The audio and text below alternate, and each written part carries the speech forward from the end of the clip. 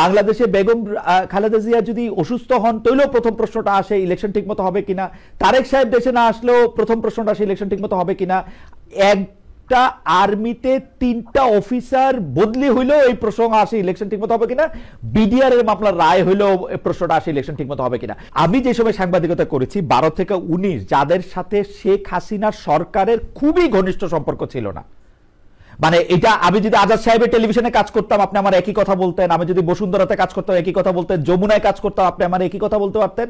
যারা যমুনা বসুন্ধরা আজাদ ভাই টিভিতে কাজ করেছে, একটু পার্থক্য আছে খালিদ ভাই, একটু পার্থক্যের জায়গা হচ্ছে আপনার স্বাধীনতাটা আপনি মেনটেন করছেন, সেটা আপনি এটাও জানেন, এটা আমার অর্জন। কিন্তু এইটাতে যখন আপনি বলেন যে এটা সালমান এফ রহমানের টিভিতে কাজ করছি বলা, আমি এটা মানতে রাজি না। আমার চেয়ে বেশি সম্পর্ক দুইটাই আছে এখানে, দুইটা উপকরণ আছে। একটা হচ্ছে যমুনা টিভি বসুন্ধরা টিভির সম্পর্ক, আজাদ সাহেবের সম্পর্ক শেখ হাসিনার চেয়ে কোনো অংশ কম ছিল না। ইলেকশন ইনক্লুসিভ হচ্ছে না কারণ আওয়ামী লীগ বা জাতীয় পার্টি সহ অন্যান্য অনেকগুলি দলকে ইচ্ছা করে ইলেকশনে বাইরে রাখার একটা চেষ্টা করা হচ্ছে, তাদেরকে অপশন দেওয়া হচ্ছে না। এই জন্য লোকের মনে একটা আশঙ্কা আছে যে এই ইলেকশনটা হয়তো ইনক্লুসিভ হবে না। আপনি আনিস ভাইকে শুনেছেন, গণ অভ্যুত্থানের মধ্যে আওয়ামী লীগ আউটস্টেড হয়েছে, গণ অভ্যুত্থানের মধ্যে কখনো আমি এইটা দেখি নাই যে আওয়ামী লীগকে রাজনীতি করতে দেওয়া হবে না, এটা গণ অভ্যুত্থানের দাবি ছিল। আপনি বলেছেন যে দল আকারে দিল্লির সাথে মিলে বিডিআর হত্যাকাণ্ড করা হয়েছে, সেটা বিচারাধীন বিষয়, সেটার ব্যাপারে এখনো কোনো রায় আসে নাই। দল কোনো অন্যায় করতে পারে কিনা সেটা সারা জীবনের প্রশ্ন। আপনি বলেছেন যে 6 সপ্তাহের আওয়ামী লীগের আমলনামা, আমি বলবো যে তখন আওয়ামী লীগের হয়ে যারা সরকার পরিচালনা করেছেন তাদের দায় এটা। দল একটা ব্যক্তি না, দল একটা কোনো জান্তব গোষ্ঠী না। 1945 আপনি যে ফেসিস্ট হিটলারের কথা বলেছেন, হিটলার কিন্তু ঘোষণা দিয়ে জাতিগত নিধন কর্ম চালু করেছিলেন সারা ইয়েতে। শেখ হাসিনা এবং সরকার কিন্তু এখনো অস্বীকার করেন যে তারা এটা করেন নাই, ওই সময় তারা এই ঘোষণা দেন নাই যে আমরা এদেরকে মাইরা ফেলবো। হাওয়েভার এই প্রশ্নগুলি কিন্তু উঠতেছে। আমরা দল হিসাবে আওয়ামী লীগকে কি আসলে ভয় পাইতেছি যে ওই ইলেকশনে আসলে আমরা কম ভোট পাবো, আওয়ামী লীগ আবার ক্ষমতা নিয়ে যাবে, ব্যাপারটা কি এরকম? এই জন্য আমরা ওকে ইলেকশনে আসতে অপশন দিচ্ছি না। ফুয়াদ, আপনার আমি একটু সমালোচনা করি, কারণ আপনি আমার খুব প্রিয় লোকদের সমালোচনা করাটা ফরজে আইন, সেই জন্য আমি করতেছি। সেইটা হচ্ছে যে ফুয়াদ, আপনি এত সুন্দর বলেন, আপনার গলার আওয়াজ এত ভালো, কিন্তু আপনার কাছেও কি মনে হয় না আপনি এই পলিসি বেজ মেরিট বেজ তর্কগুলি উত্থাপন না করে 71, 72, 73 কোন সময় কাকে গালি দিতে হবে, কোন সময় কাকে সোয়াই দিতে হবে, ফুটবল খেলা কেন 10 জন নিয়ে খেলে, 5 জন নিয়ে খেলে না কেন, ইত্যাকার, মানে এগুলি আমি মনেও রাখতে চাই না আপনার এই কথাগুলি। এগুলি আপনি বলেন এবং এগুলিতে আপনি জনপ্রিয় হন, এগুলি আপনি অনেক জোর দিয়েও বলেন। এর কারণ কি আসলে? আপনিও তো ওদিকে যাইতে চান না। ফুয়াদ, আমরা কিন্তু এরকম দেখি নাই এর আগে যে সাংবাদিকদের বা যারা কথা বলতেছে, যারা রাজনৈতিক প্রতিপক্ষ না, তাদেরকেও প্রতিপক্ষ বানাইতে। এইটার কারণটা কি আসলে? মানে সাংবাদিকরা তো আসলে হ্যাঁ আপনি বলতে পারেন 15 বছর ধরে শেখ হাসিনার সামনে সাংবাদিকরা খুবই নতজানু ভূমিকা রাখছে, কিন্তু নতজানু ভূমিকা রাখে নাই এরকম সাংবাদিকতা তো আছে। আমি বারবার বলতে চেষ্টা করি শেখ হাসিনার আমলেই সাংবাদিকতা হয়েছে, যখন সোনা চুরির কথা সামনে আসছে, যখন রূপপুরে বালিশের কথা সামনে আসছে, যখন এস আলমের দুর্নীতির কথা সামনে আসছে, শেখ হাসিনার আমলেই কিন্তু এগুলি হয়েছে। দিনের পর দিন সাংবাদিকরা কিন্তু চেষ্টা করে গেছে। কিন্তু এইটা কেন হইতেছে যে এখন এই সরকারের কোনো সমালোচনা করলে বা এই ধরেন আপনার কোনো সমালোচনা করলে আপনার সমর্থকরা ব্যারিস্টার ফুয়াদ আনিস আলমগীরকে বলতেছেন যে তুমি হচ্ছে ফ্যাসিস্টদের দোসর। এইটার কারণটা কি আসলে? আপনার কি মনে হয় ব্যারিস্টার ফুয়াদ? জাস্ট আপনাকে মনে করে দিতে চাই যে ভারত সরকার খুব সারপ্রাইজিংলি তালেবান সরকারের সাথে ভারত সরকারের খুব বড় বন্ধুত্ব দেখতে পাওয়া যাচ্ছে। এমনকি তালেবান সরকারের পররাষ্ট্রমন্ত্রী রাষ্ট্রীয় সফরে দিল্লি সফর করেছেন, যেখানে অনেক ইসলামিক দেশও আসলে এই ধরনের কূটনৈতিক সম্পর্কের মধ্যে নাই। আমরা একটু ভারত বাংলাদেশের সম্পর্কের বর্তমান, ভবিষ্যৎ এবং এই বৈঠকগুলি সম্পর্কে আপনার কাছে একটু শুনতে চাই। দেখেন, বাংলাদেশ ভারতের সাথে আমাদের কখনো কোনো রাষ্ট্রীয় সম্পর্ক ছিল না, ফাংশনাল কার্যকর সম্পর্ক যদি বলেন। বাংলাদেশে ঐতিহাসিকভাবেই হচ্ছে ভারত একটা দলের সাথে সম্পর্কটা মেনটেন করেছে, এবং সেটাও মানে ভারতের জায়গা থেকেও এটা রাষ্ট্রীয় সম্পর্ক থেকে এটা কংগ্রেসের সাথে সম্পর্ক ছিল। তো সেই জায়গাতে একটা দল মানে কি আওয়ামী লীগ, একটা দল মানে কি আওয়ামী লীগ। এইটা কি আসলে ঐতিহাসিকভাবে ঠিক? কারণ আমরা দেখেছি বিএনপি সরকার কিন্তু ভারতে বিবিআনার গ্যাস পুরোটা দিয়ে দিতে চাইছিল। সবকিছু না, ওইটা ঠিকঠাক মানে ছিল। কার্যকর, মানে আপনি যদি আমার আমার 53 বছরের জায়গা থেকে মানে রাফলি ধরেন আর কি, আমি রাফলি মোটা দাগে ধরলে আমি দেখি না দেখি যে যে রাষ্ট্রীয় আমি দেখি যে রাষ্ট্রীয় সম্পর্ক ছিল না। আওয়ামী লীগ যে 5 বছর ক্ষমতা ছিল 71 থেকে 75, তারপরে তো ভারতের সাথে যেগুলি চুক্তি হয়েছিল সেগুলি বাতিল হওয়ার কথা, আমরা বাতিল হইতে দেখি নাই কিন্তু। অকার্যকর হয়। একটা বিষয় হলো যে স্টেট বিটুইন দ্য স্টেটস যখন চুক্তি হয়, এই চুক্তিগুলো হয়ে যাবার পরে বাতিল করাটা অনেক ডিফিকাল্ট হয়ে মেয়াদ যায়। পার হওয়ার পরে যেটা বাতিল হয়, হয়, হ্যাঁ, আপনি যেটা করতে পারেন সর্বোচ্চ, পুনঃ নতুন করে হয়েছে। না, ওইটা বলতে ওইটা টেকনিক্যাল রিজনে হয়, তখনকার ডিপ্লোম্যাটিক সম্পর্ক ধরে রাখা। বাট কার্যকর সম্পর্কের কথা বলছি, কার্যকর সম্পর্ক হয় যখন আপনি একটা দেশ হিসেবে আরেকটা দেশের সভরেন্টিকে রেসপেক্ট করেন, একটা দেশ হিসেবে আরেকটা দেশের জনগণের সেলফ রেসপেক্ট, ডিগনিটিকে আপনি মর্যাদা দেন, সম্মান দেন। আপনি কার্যকর সম্পর্ক বলতে বোঝায় যখন আপনি নিজে গণতন্ত্র চর্চা করেন কিন্তু অন্য দেশে ফ্যাসিবাদ কায়েম করবার জন্য অথবা ফ্যাসিবাদ বল রাখার জন্য চেষ্টা করছেন। কার্যকর সম্পর্ক হচ্ছে আজকে খালেদা জিয়ার জন্য আপনি স্ট্যাটাস দিচ্ছেন, কিন্তু এই বিএনপির সাথে তো আপনি 11 বছর মিটিং করেন নাই বাংলাদেশে, আপনি দেখাতে পারেন না, নাই। 11 বছর মিটিং বাংলাদেশে না করলেও বেরসে ফুয়াদ, আমি মনে করাই দেই, বেগম জিয়া যখন বিরোধী দলের নেত্রী, তিনি একবার দিল্লি সফর করেছিলেন, তাকে বাংলাদেশের সকল সাবেক এবং বর্তমান সরকার প্রধানের মধ্যে সবচেয়ে বেশি মর্যাদা ভারত দিয়েছিল, লাল গালিচা টালিচা বিছায় একটা কেলেঙ্কারি কাণ্ড। রাইট। সেটা সত্য, কিন্তু প্রশ্ন হচ্ছে যে এই মানে সিরিমোনিয়াল রিলেশনশিপের থেকে আমি তো ফ্যাক্টস দেখতে চাই, আমার আপনি কোনটা সিরিমোনিয়াল রিলেশনশিপ ধরেন? আমি মনে করাই দেই, জিয়াউর রহমান যখন ক্ষমতায় আসলেন, ইন্দিরা গান্ধী জিয়াউর রহমানকে ফেলিসিটেট করার সময় যেসব কথাগুলি বলেছেন সেগুলো তো সব রেকর্ডেড। আপনি সেটার মধ্যে যদি আপনি দেখেন তাহলে আপনি দেখবেন জিয়াউর রহমানের সাথে ইন্দিরা গান্ধী কি ধরনের সম্পর্ক করতে চেয়েছেন। আমি আরো উদাহরণ দিতে পারি, কিন্তু আমি কিন্তু সর্বোচ্চ উদাহরণ দিতে পারি না, আমি এক্সাম্পল গুলোর সাথে আমি পরিচিত, কিন্তু সমস্যা হচ্ছে যে আমি যখন হিসাব মিলাই তখন আমি তো হিসাব মিলাইতে পারতেছি না। ওকে, আসেন আমরা হিসাব মিলাই, অল্প অল্প করে হিসাব মিলাই। ধরেন ইউনূস সরকার আইসা কি হাসিনা সরকারের একটা চুক্তিও সামনে আনছে বা বাতিল করছে?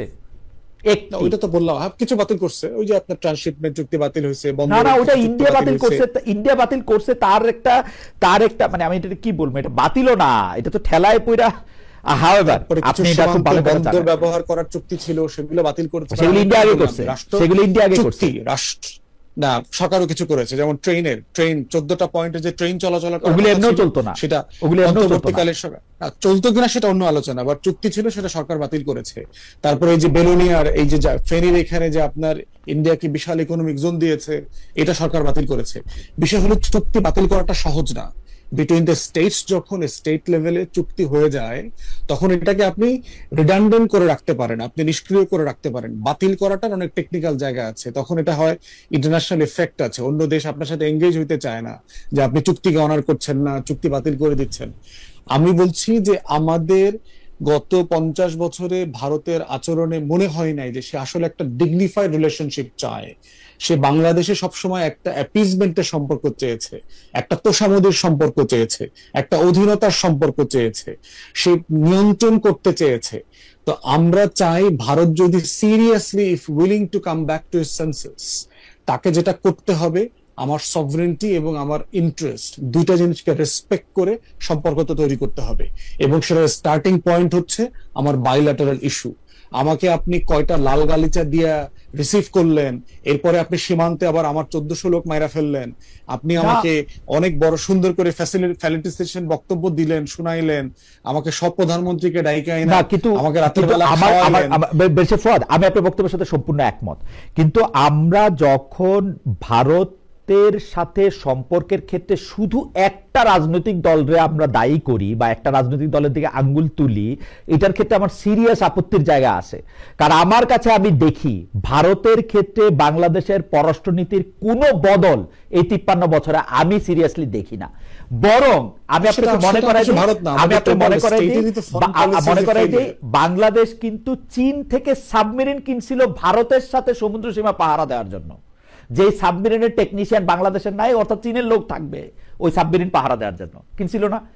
বাংলাদেশ ভারতের সাথে একরকম গ্যাঞ্জাম করে চীনের টাকা দিয়ে পদ্মা সেতু বানাইছে না? বানাইছে। কিন্তু সেই জন্য আমরা ব্যাপারটারে একটা জায়গায় আলোচনাটা, ধরেন আপনার মতো লোকের আলোচনাটাতেও যদি সবগুলি দিক উঠে আসে তাইলে আমার মনে হয় যে এটা ভালো হয়। কারণ আমরা কিন্তু বিএনপি বা জামায়াতের সম্পর্ক ভারতের সাথে খারাপ দেখি না। জামায়াত, না, এটা শেষ ওইটা কথা বলি, বলতেছি যে আমরা একটা সলিড ফাউন্ডেশনের উপর সম্পর্কটা দেখতে চাই। আপনি যদি Right. এক্সাম্পল দিয়েছেন, এক্সাম্পল দুটো প্রবলেম্যাটিক। একটা দেখেন যে দুটো সাবমেরিন চায়না থেকে কিনছে, এটা কিন্তু আপনার গ্রাউন্ডেড সাবমেরিন। আপনি যদি রিপোর্ট পড়েন এবং ভারতকে ইনফর্ম করা হয়েছে যে এই সাবমেরিন ভারতের জন্য কোনো নিরাপত্তা হুমকি না। দ্বিতীয়ত হচ্ছে পদ্মা সেতু। পদ্মা সেতু করবার জন্য টাকা তো ইন্ডিয়াকে অ্যাপ্রোচ করা হয়েছিল, যখন ওয়ার্ল্ড ব্যাংক মাইনাস করা হয়েছে। ইন্ডিয়া এই টাকা দেবে কোত্থেকে? একটা গরিব মানুষ, একটা গরিব রাষ্ট্র, নিজের দেশের 80% লোক না, দরিদ্র সীমার নিচে বাস করে। আমি এটা নিয়ে তর্ক তো করতে সেই চাই না, রাষ্ট্র মানে কি পৃথিবীতে যে কোনো দুইটা দেশ যদি যুদ্ধ না করে সাবমেরিন কিনলে পাশের দেশকে ইনফর্ম করতেই হবে যে তোমার জলসীমা পাহারা দেওয়ার জন্য আমি সাবমেরিন কিনতেছি। সেটা গ্রাউন্ডেড শুধু ছিল, তাই না, গ্রাউন্ডেড ছিল 2 বছর ডিকমিশন ছিল, আবার কমিশন হয়েছে, কিন্তু এটা কমিশনও ছিল। কিন্তু আবার এটাকে আবার কম্পেনসেট করছে না হাসিনা। $500 মিলিয়ন অস্ত্র, পচা অস্ত্র কিনছে না ইন্ডিয়া থেকে। সেই তো তাহলে আপনার দেখতে হবে যে হাসিনা তো আপনি যে এই চারিদিকে যে ঢোলের সাবমেরিন চারিদিকে বাড়ি দিছে, হাসিনা তো ঢোলের চারিদিকে বাড়ি দিছে, কিন্তু আমরা বিষয়টা তো, একদিকের কিন্তু কথা আমার কেন তো কোনো করব? কার্যকর, তাহলে এটা তো কার্যকর সম্পর্ক না। তো কার্যকর সম্পর্ক কোনটা? যে আমার যে বাইলাটারাল ইস্যুস গুলো আছে, ধর মোটা দাগে আমার 4টা বাইলাটারাল ইস্যু আছে ভারতের সাথে। প্রথম কথা হচ্ছে আমার ক্রস বর্ডার ইস্যু। আমার সীমান্তে শত শত মানুষ মারা গেছে গত 54 বছরে, এর একটারও বিচার হয়নি, ইনক্লুডিং ফেলানি হত্যা। দ্বিতীয়ত হচ্ছে আমার ট্রান্সবাউন্ডারি রিভার্স আছে, আমার 54টা অভিন্ন নদী, এবং এই ট্রান্সবাউন্ডারি নদীতে বাদ দিয়ে আমার টোটাল বাংলাদেশের কয়েক শত, 350-র মতো ছোট বড় নদী মরে গেছে গত 50 বছরে ফারাক্কাবাদ চালু হওয়ার পরে। ভারত এটা অ্যাড্রেস করে নাই সিরিয়াসলি। আমাদের তরফ থেকেও সিরিয়াস ডিপ্লোমেসির ঘাটতি আছে। আমার আমার রাষ্ট্র, গভর্নমেন্ট কখনো এটা সিরিয়াস নেগোসিয়েশনে যেতে পারে নাই। থার্ড হচ্ছে দেখেন আমার আমার ট্রেড ডেফিসিট। আমি ভারত থেকে ধরেন প্রায় 14-15 বিলিয়ন ডলারের জিনিস কিনি, রেগুলার টাইমের কথা বলছি। ভারতে আমি এক্সপোর্ট করি 2-2.5 বিলিয়ন ডলারের, এবং এটার জন্য ভারত দায়ী, কারণ ভারত তার মার্কেটে আমাকে অ্যাক্সেস দেয় না। আপনার customize, legal, illegal, regular, irregular বিভিন্ন বাধা সে তৈরি করে রাখে সেখানে। ফোর্থ হচ্ছে আমার দেশের ডোমেস্টিক পলিটিক্সে ইন্টারফেয়ারেন্স করা। এই 4টা মোটা দাগের ইস্যুকে যদি আমরা সম্মানজনক ভাবে অ্যাড্রেস না করি, তাহলে সেই সম্পর্কটা কার্যকর সম্পর্ক না। আমি একটা ইফেক্টিভ, একটা ফাংশনাল রিলেশনশিপ বলতে ওটাই বোঝাচ্ছি। আমার মনে হয় এবং সেই জায়গাতে আমরা চাই যে it's a more of an Indian responsibility to look into the matters than Bangladesh side, কারণ এটা তারা ফেল করেছে বারবার। এবং আমরা চাই এই সম্পর্কটা রেগুলার হোক, কারণ প্রতিবেশী হিসাবে এই সম্পর্কটা ভালো করা ছাড়া আমাদের দুই পক্ষের সিম্পলি আর কোনো অপশন। আমার কাছে মনে হয় যে আপনি যত চমৎকার ভাবে এই পয়েন্টগুলি বললেন, এটা আসলে আজকের আলোচনাকে খুব সুন্দরভাবে সাম আপ করছে। কিন্তু আপনার কাছে কি মনে হয় যে এইগুলির পাশাপাশি ধর্মের কার্ডটা খেলাও দরকার আছে, যে ওরা মুসলমানদের নির্যাতন করে, আমরা হিন্দুদের, সেটা ঠিক আছে এরকম? না, ওইটা আমার মনে হয় যে আপনি পপুলিজমের কথা বলেছেন না, ইটস পিওর ভোটিং ব্যাপার, বাট লার্জলি মোটা দাগে আমাদের মাইনরিটিদের আসলে অনেক ভালো আছে, ক্রস পার্টি আমাদের কনসেনসাস আছে, এবং এই ইস্যুস গুলোকে এখানে যত সুন্দর করে অ্যাড্রেস করবার জন্য আপনারা পাইলাম বলে আমি শুধু এই জিনিসটা একটু জিজ্ঞেস করে রাখি, এটা নিয়ে আমি একটু আনিস ভাইরাও একটু শুনবো, এইটা শেষ প্রসঙ্গ। যেমন ধরেন ভারতের একজন নুপুর শর্মা মুসলমানদের নিয়ে কথা বলার জন্য কিন্তু আদালত থেকে শুরু করে সব জায়গায় কিন্তু উনাকে বেশিং এর শিকার হইতে, মানে উনাকে শাস্তি পেতে হয়েছে, আমি যদি এইভাবে বলি। কিন্তু আমাদের দেশের মাইনরিটিরে গালি দিলে, মাইনরিটিরে আক্রমণ করলে আসলে কি কোথাও শাস্তি পাইতে হয়? আমি কিন্তু প্রতিদিন মাইনরিটির আক্রমণ করা ওয়াজ শুনি, বিশ্বাস করেন, একটু আমি বাড়ায় বলতেছি না।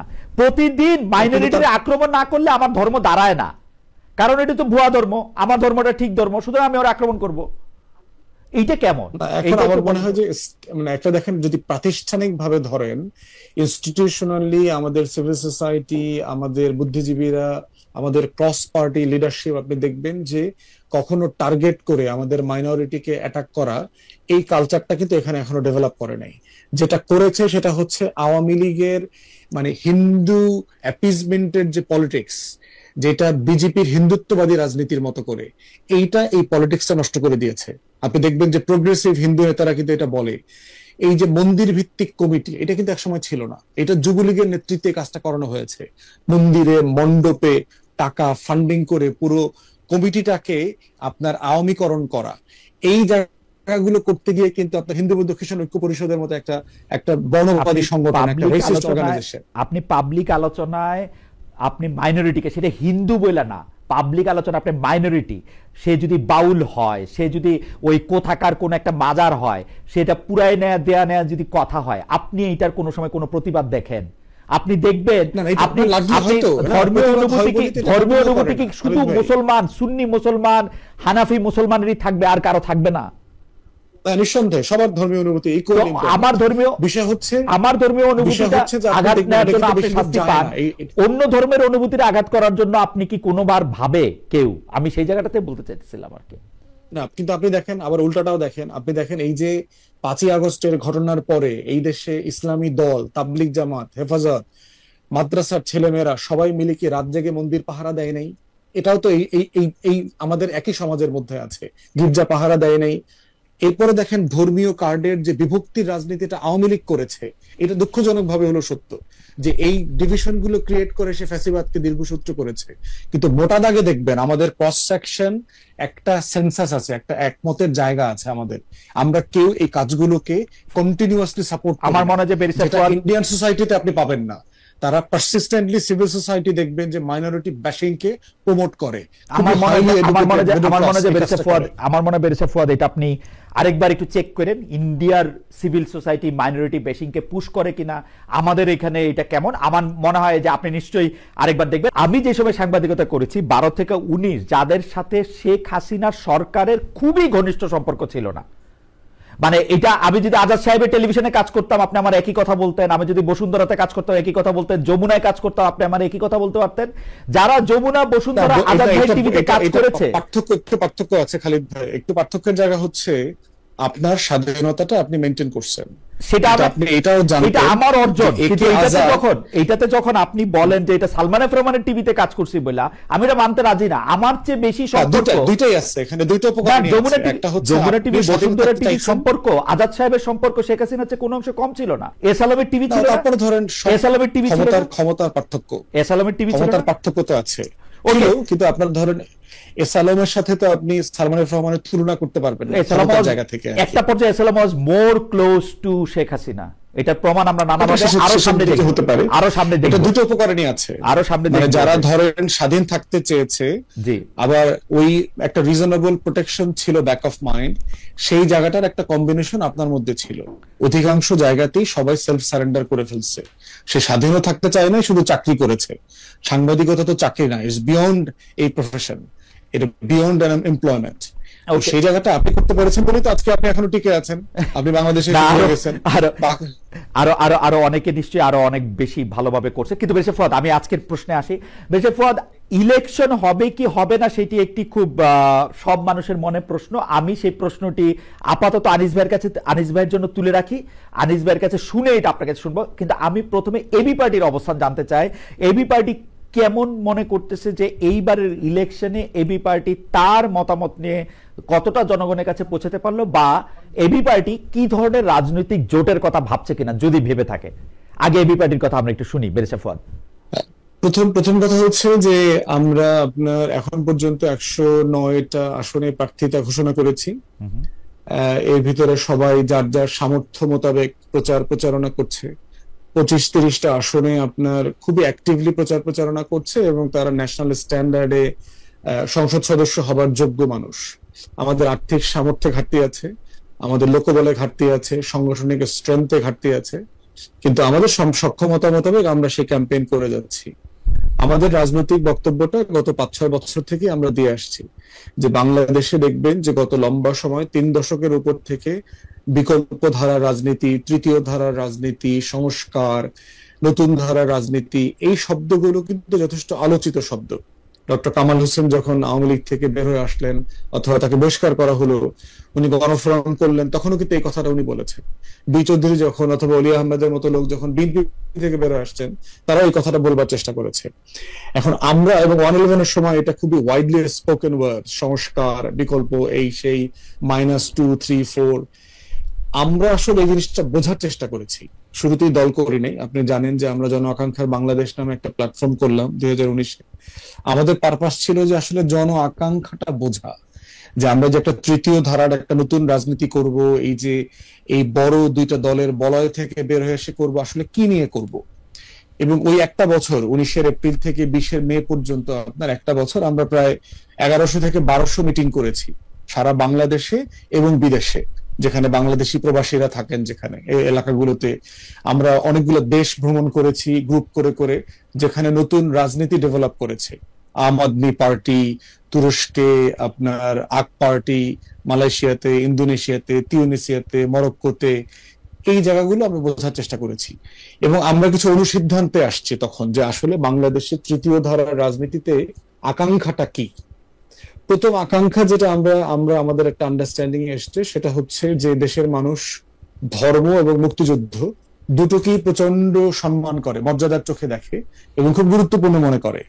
কিন্তু এইটাকে কেন্দ্র করে প্রতিদিন লেবু কচলানো, ব্যবসা করা, এটাকে নিয়ে ছিনিমিনি খেলা, বাড়াবাড়ি করা, এটাকে তারা পছন্দ করে না, দুইটাকে তারা গুরুত্বপূর্ণ মনে করে। দ্বিতীয়ত হচ্ছে দেখলাম যে অতীতের ব্যাপারে তাদের একটা শ্রদ্ধার জায়গা আছে, রাজনৈতিক বিভিন্ন দলের নেতাদের ব্যাপারে তাদের সম্মান আছে, কিন্তু প্রতিনিয়ত অতীতকে টেনে নিয়ে আসা, রাজনৈতিক নেতাদেরকে মাজারে, তার কবরগুলোকে মাজারে পরিণত করা, মন্দিরে পরিণত করা, দরগায় পরিণত করা, এই দরগা বিক্রির যে রাজনীতি, এটা আসলে মানুষজন পছন্দ করে না, দেখতে চায় না এটা। তৃতীয়ত যেটা দেখলাম সেটা হচ্ছে যে আমাদের একটা অনুসিদ্ধান্ত যেটা আসছে, মানুষ চায় প্রতিনিয়ত তাদের জীবনের সমস্যাগুলোকে যেন আমরা অ্যাড্রেস করি, রাজনৈতিক দলগুলো যেন তর্ক বিতর্ক আলাপের মধ্য দিয়ে এগুলোকে অ্যাড্রেস করে। একটু যদি সংক্ষিপ্ত করেন বেশা ফুয়াদ এই পর্যায়ে। তো সেই জায়গাতে বটম লাইন হচ্ছে এবি পার্টির রাজনীতিটার মেসেজ হচ্ছে ওইটাই, যেটাকে আমরা আমাদের টোকেন ওয়ার্ড বলি, যে আমরা বাংলাদেশকে একটা কল্যাণ রাষ্ট্র বানাতে চাই, আমরা পলিসি বেস পলিটিক্স করতে চাই, অতীতমুখিতা, অতীতের বাড়াবাড়ি চর্চা, অতীতকে নিয়ে খুব বেশি মানে পূজার জায়গাটা না বানায় আমরা হচ্ছে ভবিষ্যতের বাংলাদেশ বিনির্মাণের যে ক্রাক্স, সেবা এবং সমস্যা সমাধানের রাজনীতি, এটা করতে চাই। এবং সেখানে আমাদের গবেষণাতে আমরা 21টা ইস্যু আইডেন্টিফাই করেছি যেটা দেশের মানুষ চায় আমরা অ্যাড্রেস করি। 21টা টপিক এবং 21টা টপিক নিয়ে আমরা পলিসি পেপারও তৈরি করেছি। আমরা একটু বেরিশা ফুয়াদ একটু খালি আপনাকে নোটটা দিয়ে রাখি যে আপনারা এই রাজনীতির ক্ষেত্রে যে 21টা টপিক হোক বা যে 3টা বিষয় নিয়ে আপনারা জন আকাঙ্ক্ষা করতে পর্যবেক্ষণ করতেছিলেন সেগুলি হোক, সেগুলির মধ্যে শুধুমাত্র পপুলিস্ট ধারণাগুলি বজায় রাখতেছেন কিনা, মানে যখন যেটা মানুষ জনপ্রিয় হইতেছে বা যখন যেটা মানুষ চাইতেছে সেইটাই আসলে বলতে চেষ্টা করতেছেন কিনা, সেটা ভুল হোক কি সঠিক হোক সেটার জায়গা থেকে সেই ব্যাপারটাও আপনার কাছ থেকে আমরা একটু শুনবো, যে আপনাদের আসলে জনতুষ্টিমূলক এক ধরনের রাজনীতি, যে রাজনীতিটা যে কোনো সময় যে কোনো পাত্রে রাখলে ফিট ইন হয়ে যাবে, ওরকম একটা রাজনীতি আপনারা করতেছেন কিনা আমরা এটা শুনবো। তার আগে আমরা একটু আনিস ভাইয়ের কাছে যাই। আনিস ভাই, নানা কারণে মানে বাংলাদেশে একটা ভূমিকম্প হইলো, প্রথম প্রশ্নটা আসে ইলেকশন ঠিক মতো হবে কিনা। গণ অভ্যুত্থানের মধ্যে আওয়ামী লীগ আউটস্টেড হয়েছে, গণ অভ্যুত্থানের মধ্যে কখনো আমি এইটা দেখি নাই যে আওয়ামী লীগকে রাজনীতি করতে দেওয়া হবে না, এটা গণ অভ্যুত্থানের দাবি ছিল। আপনি বলেছেন যে দল আকারে দিল্লির সাথে মিলে বিডিআর হত্যাকাণ্ড করা হয়েছে, সেটা বিচারাধীন বিষয়, সেটার ব্যাপারে এখনো কোনো রায় আসে নাই। দল কোনো অন্যায় করতে পারে কিনা সেটা সারা জীবনের প্রশ্ন। আপনি বলেছেন যে 6 সপ্তাহের আওয়ামী লীগের আমলনামা, আমি বলবো যে তখন আওয়ামী লীগের হয়ে যারা সরকার পরিচালনা করেছেন তাদের দায় এটা। দল একটা ব্যক্তি না, দল একটা কোনো জান্তব গোষ্ঠী না। 1945-এ আপনি যে ফেসিস্ট হিটলারের কথা বলেছেন, হিটলার কিন্তু ঘোষণা দিয়ে জাতিগত নিধন কর্ম চালু করেছিলেন সারা ইয়েতে। শেখ হাসিনা এবং সরকার কিন্তু এখনো অস্বীকার করেন যে তারা এটা করেন নাই, ওই সময় তারা এই ঘোষণা দেন নাই যে আমরা এদেরকে মাইরা ফেলবো। হাওয়েভার এই প্রশ্নগুলি কিন্তু উঠতেছে। আমরা দল হিসাবে আওয়ামী লীগকে কি আসলে ভয় পাইতেছি যে ওই ইলেকশনে আসলে আমরা কম ভোট পাবো, আওয়ামী লীগ আবার ক্ষমতা নিয়ে যাবে, ব্যাপারটা কি এরকম? এই জন্য আমরা ওকে ইলেকশনে আসতে অপশন দিচ্ছি না। না, এটা নির্বাচনের প্রশ্ন না, এটা প্রশ্ন হচ্ছে যে আপনার গণ অভ্যুত্থান পরবর্তী যে বাংলাদেশ বিনির্মাণের আলোচনা আসছে, নিউ পলিটিক্যাল সেটেলমেন্ট, সেই নিউ পলিটিক্যাল সেটেলমেন্টে আওয়ামী লীগের এক্সিস্টেন্স থাকতে পারে না। কারণ নতুন বাংলাদেশ বিনির্মাণের যে আকাঙ্ক্ষার কথা আসছে সেটা অ্যাবসলিউটলি তার অস্তিত্বের বাইরে থেকে বিনির্মাণের প্রশ্ন আলোচনা হতে হবে, কারণ এটা আমাদের সার্বভৌমত্বের কোশ্চেন। যে গত 16-17 বছর যারা মুক্তিযুদ্ধের আকাঙ্ক্ষা থেকে শুরু করে বাংলাদেশের সংবিধান, আমাদের রাজনীতি এবং গণতান্ত্রিক মূল্যবোধের যে ন্যূনতম জায়গাগুলো, তার প্রত্যেকটা জিনিস ধ্বংস করে দিয়েছে। তো যে বাংলাদেশের নির্বাচন ব্যবস্থা ধ্বংস করে দিয়েছে, যে বাংলাদেশের গণতন্ত্র ধ্বংস করে দিয়েছে, যে বাংলাদেশের সাংবিধানিক কাঠামো ধ্বংস করে দিয়েছে, তাকে সেই সংবিধান মোতাবেক তার অধিকারকে স্বীকৃতি দিয়ে ইনক্লুড করবার জায়গাটা কোথায় আসে?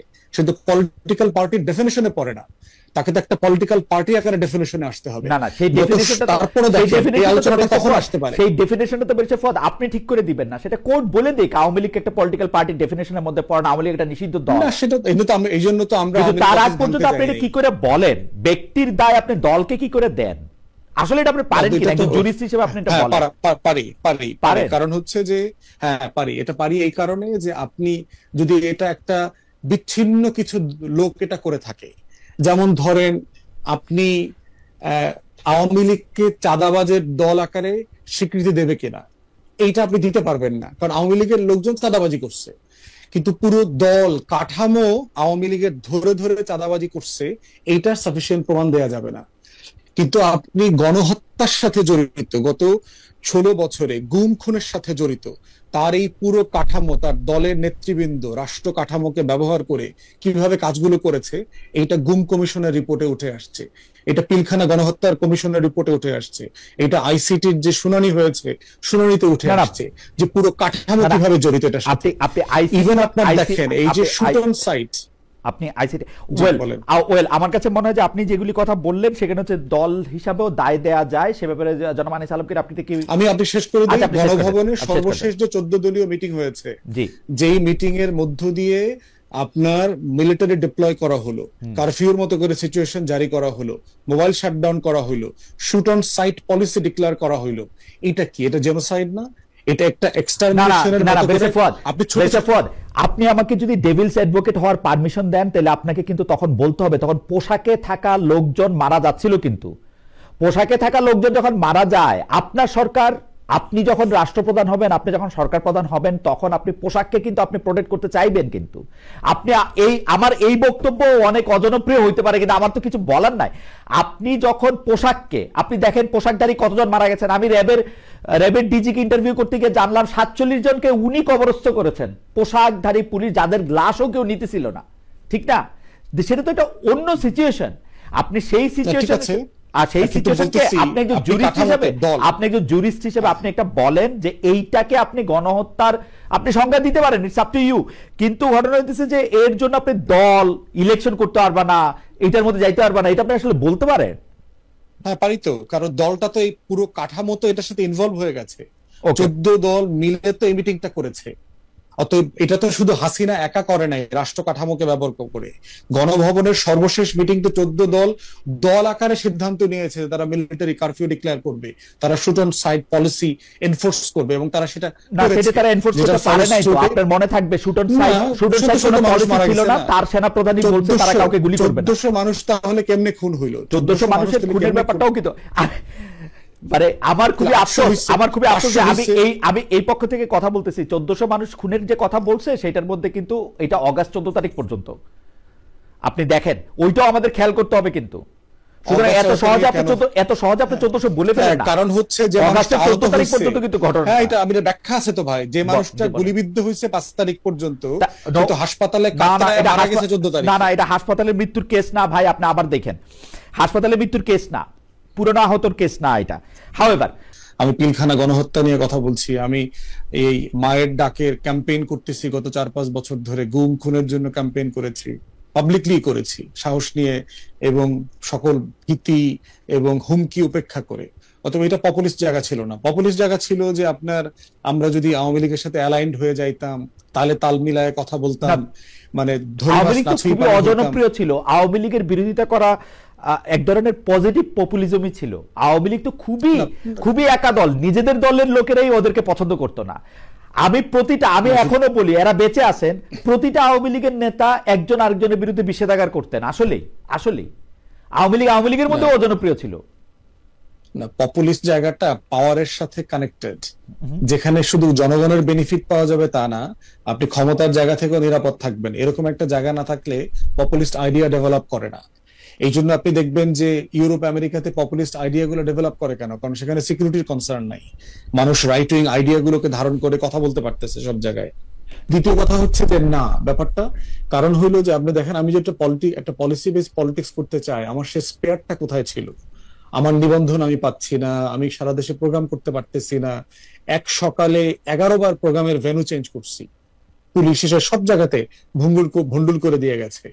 তারপরে 144 জারি করতেছে, লক্ষ্মীপুরে নোয়াখালীতে আমাদের প্রোগ্রামে 144 জারি করছে। ঢাকার বাইরে যাইতে পারে না, ঢাকায় পার্টি অফিসে প্রতিদিন আপনার অস্ত্র সহ বিভিন্ন গোয়েন্দা সংস্থার লোকরা 8 জন 10 জন এসে বসে থাকে, মিটিং এ ছবি তুলে নিয়ে যায়। তা আমি তো দলটাই করতে পারি নাই। আমার বয়স 5 বছর হইলেও আমি টেকনিক্যালি আসলে গত 1 বছর থেকে শুধুমাত্র কাজ করতে পারতেছি। এই জন্য পলিসি বেস পলিটিক্সটাকে যে আমি তুলে ধরবো, সেই সুযোগটাই তো আমি আসলে পাই নাই। এরপরে দেখেন, দ্বিতীয় চ্যালেঞ্জের একটা জায়গা হইলো যে বর্তমানে সমসাময়িক যে প্রচুর ইস্যু আসতেছে, একটা রাজনৈতিক দল আকারে তো আমি এই ইস্যুগুলোকে অ্যাড্রেস না করে পারতেছি না, আমাকে তো অ্যাড্রেস করতে হচ্ছে। এবং বাংলাদেশের পলিটিক্যাল কালচারের লিমিটেশন আছে, যে এখানে ইস্যু বেস পলিটিক্সটা নিয়ে দেখেন, আপনি টকশো করতেছেন, আপনি রেগুলার মডারেট করেন, আপনি কি বাংলাদেশের হেলথ কেয়ার সিস্টেম নিয়ে কোনো বিতর্ক আয়োজন করেছেন? আপনি বাংলাদেশের শিক্ষা ব্যবস্থা নিয়ে কি কোনো বিতর্ক আয়োজন করেছেন? আপনি বাংলাদেশের গণপরিবহন নিয়ে কি কোনোদিন কথা বলেছেন? প্রতিদিন টকশোতে গিয়ে আমরা এই ফাও প্যাচাল পারি, প্রত্যেকটা টিভিতে। আমিও বিরক্ত যে জনগণের জীবনের সাথে সম্পর্ক নাই। আমি যে এলাকার, বরিশাল 3 বাবুগঞ্জ মুলাদি, আমার এলাকায় 5টা নদী আছে, হাজার হাজার মানুষ, লক্ষ লক্ষ মানুষ আপনার নদী ভাঙনের শিকার। এই সারা বাংলাদেশের নদী ভাঙা মানুষের ভাগ্য নিয়ে কি আমরা কোনোদিন তর্ক করেছি, আলাপ করেছি? আমার যে 1-1.5 কোটি 2 কোটি শিক্ষিত বেকার যুবক আছে, তাদেরকে নিয়ে আমাদের ফিউচার কি হবে? মাদকের মানে যে ভয়াল থাবায় বাস্তবতা যেটা আমি একটু আপনাকে নাই তো কালচারে, এইটা তো মানে আমি একা পারবো না। তো আমি আপনাকে একটু বলি যে আমি কিন্তু টেলিভিশনে আসার পর থেকে এইসব বিষয় নিয়ে আসলে অনেক বেশি টকশো করছিও, করতে চাইও, কিন্তু মুশকিল হলো কি, at the end of the day আমরা হঠাৎ আবিষ্কার করি সকল কিছুই হচ্ছে রাজনৈতিক ইচ্ছা বা সদিচ্ছার উপর ডিপেন্ড করে, পলিটিক্যাল উইল। আপনি পলিটিক্যাল উইল ছাড়া যেসব সরকার আছে তারাও একসময় রাজনীতিবিদ হয়ে ওঠে। আপনি দেখবেন এই সরকারেরও যিনি পরিবেশ উপদেষ্টা আছেন, যিনি পরিবেশের একজন চ্যাম্পিয়ন, বাংলাদেশে না সারা পৃথিবীতে, তাকে পর্যন্ত বলতে হয় সবগুলি দল মিলে ভাগাভাগি করে পাথরটা নিয়ে চলে গেছে।